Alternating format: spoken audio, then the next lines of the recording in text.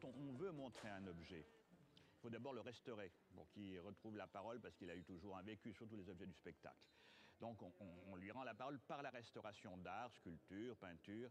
Ensuite, il faut le positionner parce que tout objet a été fait pour être vu d'une certaine manière. Un plafond, eh bien, il faut pouvoir le voir en penchant la tête vers l'arrière, ou bien un arbre, lui, il est droit devant vous, donc il s'est fait lui-même pour être vu de face. Il faut remettre les objets dans une certaine position. Quand on les a mariés, il faut les éclairer sous un certain angle. Il y a des difficultés pour l'éclairage. J'ai toujours rêvé d'avoir des projecteurs de lumière qui détourent, mais c'est un travail, il coûte très cher, ça n'était jamais précis. La vidéo détourne exactement un objet. Et non seulement en détourant, elle peut en détourer 3, 4, 5 à la fois. Elle peut jouer avec l'environnement.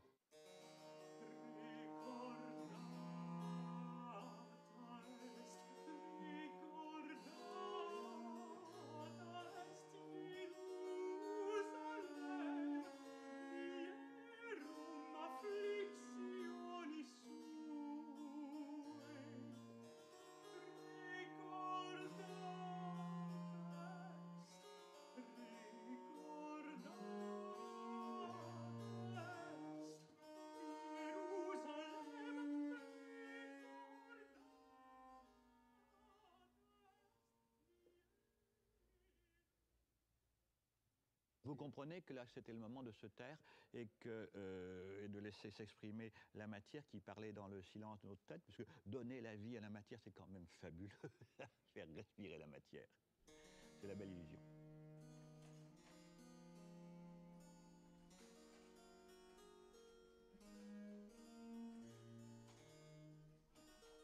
Et ces objets vous racontent des histoires qui sont les vôtres. Donc je préfère m'exprimer avec les objets, c'est pour ça que je les ai mis en scène, mais en sélectionnant absolument mes mots, en les mettant bout à bout pour qu'ils fassent des phrases, et que ces phrases, on peut les lire dans tous les sens. Voilà, ça c'est... Et Truffaut disait, c'est pas vous qui choisissez les films, ce sont les films qui vous choisissent. Et moi je crois beaucoup à ça, c'est-à-dire que être sûr qu'il y a un point de rencontre entre ce que je suis, même si je ne le sais pas complètement, et là, je pense qu'on ne sait jamais complètement d'ailleurs, pourquoi on va vers un film, pourquoi on est capable de revoir un film 50 fois et d'avoir envie d'écrire un livre de 200 pages dessus, et le film lui-même. Un collectionneur, c'est un encyclopédiste. Je suis un humaniste, point. C'est-à-dire, je ne cherche pas l'objet qui manque pour mettre au bout de l'objet qui manque pour mettre... Non, je m'en fous de ça. Je cherche des outils de travail qui vont mettre...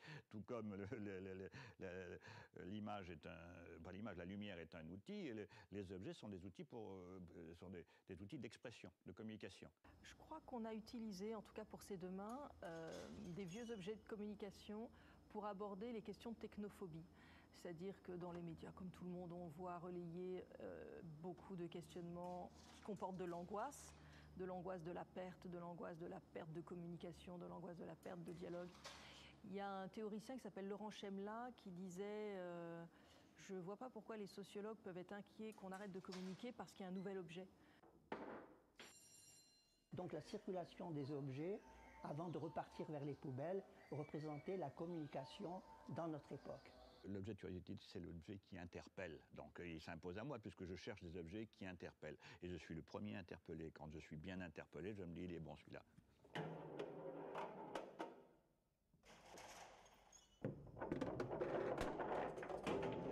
Je suis incapable de m'arrêter quand je commence. Voilà. Bon, c'est une course de chevaux qui a été faite il y a une vingtaine d'années. Donc c'est un jeu contemporain très efficace, 12 personnes peuvent s'en servir. Seulement, ça m'ennuyait un petit peu de mélanger mes objets authentiques, même si j'ai amené quelque chose par l'efficacité, un objet trop contemporain. Alors il a été transformé pour faire voyager autrement le spectateur.